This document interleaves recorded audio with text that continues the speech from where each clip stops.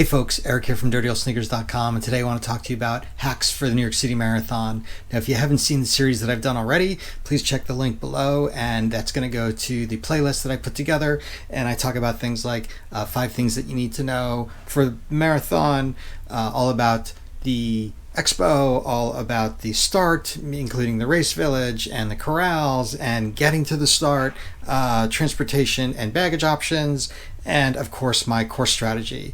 But today I'm going to talk about 5 things that are going to help you have a fantastic day at the New York City Marathon.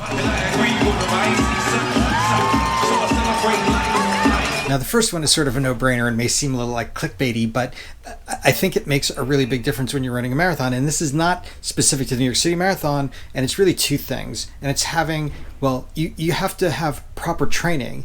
You have to run your plan, not plan to run. First time I heard that was at the start of the New Jersey Marathon, like 10 years ago. No, about 8 years ago. And I was like, huh? But it makes sense. If you run your plan, you're going to be prepared on the day. If you plan to run and you never actually go out and run, you're not going to be ready. So you want to run your plan, not plan to run. Now, the second part of that is to bring a positive attitude. Look, you may have had really cruddy days of training. God knows that I've had some of the worst days that I've ever had training for the 2019 New York City Marathon. But, I got through it, and I'm super excited for race day. Well, I haven't gotten through it. I'm still getting through it. I'm super excited for race day, and I can't wait for the race. So I'm bringing my A game. I'm bringing my positive attitude to the race.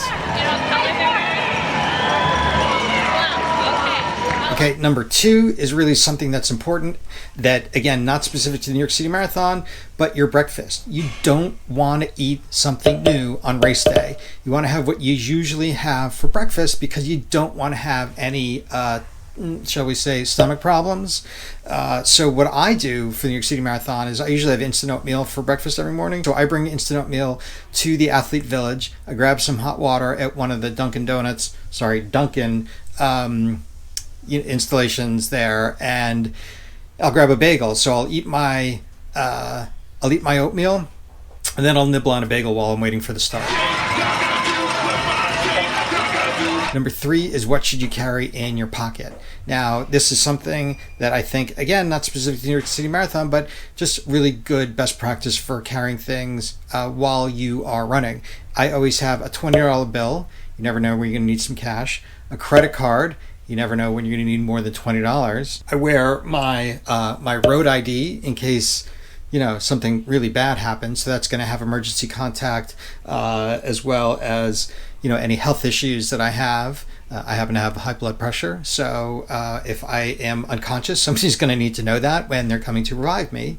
And of course, gels. I don't usually like what they're offering on course at marathons these days. So I carry my own gels with me to make sure that I have enough fuel to get me from, I start taking them usually at mile 6 through mile, 26.2.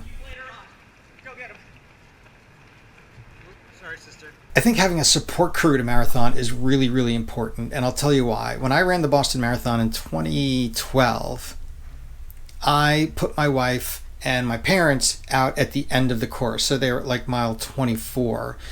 And it took me obviously all the way until I got to mile 24 before I saw them. And if they had been spaced out on the course a little bit earlier, it would have given me a little bit more of a boost to know that there were people out there that were cheering just for me and not for the guy running by with the name Eric on his shirt. By the way, I wear my name on my shirt at every marathon. So I do have crowds cheering my name and getting me up the hills or through a bad patch. But knowing that people are out there cheering specifically for you and not just reading a name on a shirt gives you a huge boost while you're running. So I highly suggest having a support crew come out. Maybe you want to change into a dry shirt later in the race. You can give them a dry shirt. You can, switch shirts right in the middle of the course. But knowing people are out there cheering for you is going to give you a huge boost when you see them. The Durano brothers finishing all the way from France. We have so many international Jordan from France as well.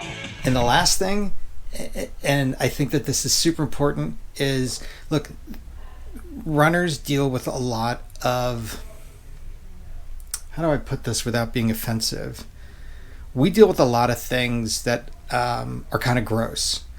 And one of the things that I think that you should do is, one of the things that I find that works really well for me when I go to large races, especially marathons, is to carry some handy wipes with me. Why? Because they come in super handy. Whether I pack them in my my gear bag for after the race, or I've carry a few of them in my spy belt.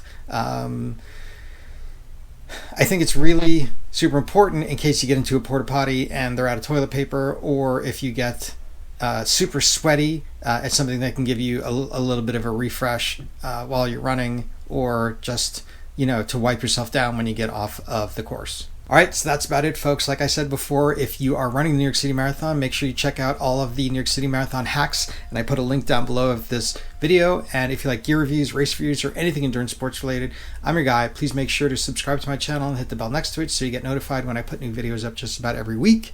And if you found this video useful, please hit the like button, get it up in the YouTube algorithm a little bit more. It would be a huge help to me.